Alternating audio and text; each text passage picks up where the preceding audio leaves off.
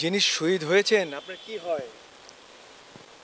আমার ছেলে মোহাম্মদ শাকিল হাসান কোথায় পড়ালেখা করতেন? লেখাপড়া করে বগুড়া শাহ সুলতান কলেজে। কত তারিখে মারা গেছে? 5ই আগস্টে মারা গেছে কয়টার সময়? বেলা 1:30টার দিকে। কিভাবে জানতে পারলেন?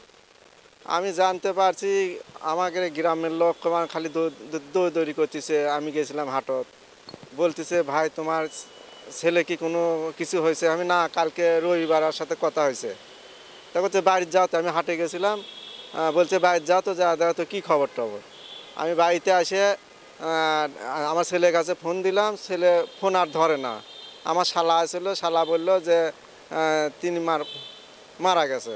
তখন তো আমি তো আর করার পাই না কিছু। আমি তখন একেবারে শেষ হয়ে গেছি যে হাই রে কী হয়ে গেল। আমার আর্থিক অবস্থা খুবই খারাপ। আমার আর্থিক অবস্থা খারাপের জন্যে আমার ছেলে আজকে ঢাকা আপনি যাত্রাবাড়ি পিয়ারতে চাকরি করছিল, পপুলারে চাকরি করতে কয়েকদিন আন্দোলন করছে, আমি জানি না।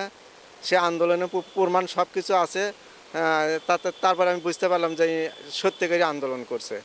আন্দোলন করার পরে ওর সোমবার দিনে হাসিনা পাইলে যাওয়ার আগেই মনে হয় ভাড়া ছিল। বাই হওয়ার সাথেই হাসিনাও পাইলে গেছে। এর মধ্যেই শুনি যে আর মৃত্যুর খবর। আমার গ্রামের লোক শুনছে ওই 1টা-1:30টার দিকে যে এই বিবিধ তো তোমার ছেলে এইভাবে মারা গেছে। তখন তো আমি শুনে মাথায় আমার খারাপ হলো, হাই সর্বনা, আমার মাত্র একটা সন্তান, আমি কী লে বাঁচবো আর কী করে খামো? আমার বাড়িঘর শূন্য হয়ে গেছে। আমার আর্থিক অবস্থা খুবই খারাপ। আমার ছেলেই একমাত্র সম্পদ। আমার ছেলে ছাড়া তো আমার চলার মতো কোনো বুদ্ধি নেই। তাই আমি অনুরোধ জানাই, আমার ছেলে এখন বর্তমান নাই।